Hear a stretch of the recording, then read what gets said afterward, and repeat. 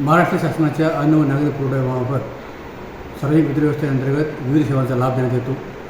अशा लाभ मिळण्यासाठी आपली शिधापत्रिकातील लाभार्थ्यांची KYC करणं बंधनकारक असून आज अखेर तालुक्याअंतर्गत मंजूर अन्न सुरक्षा योजनेमध्ये लाभार्थी 1,82,588 व अंत्योदय लाभार्थी 40,802 अशा एकूण 2,23,390 लाभार्थ्यांपैकी 42,564 लाभार्थ्यांची KYC अद्याप प्रलंबित आहे.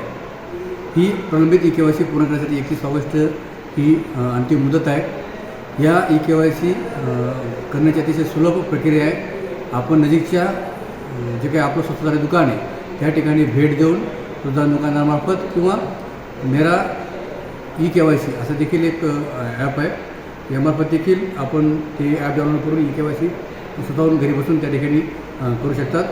मात्र KYCचा उद्देश पात्र लाभार्थी निश्चित करणे आणि शासनाच्या निकषात न बसणारे, जास्त उत्पन्न असणारे किंवा अटी शर्तीचा नियमांचं पालन न करणारे अशा लाभार्थ्यांना त्यातून वगळणे हा आहे.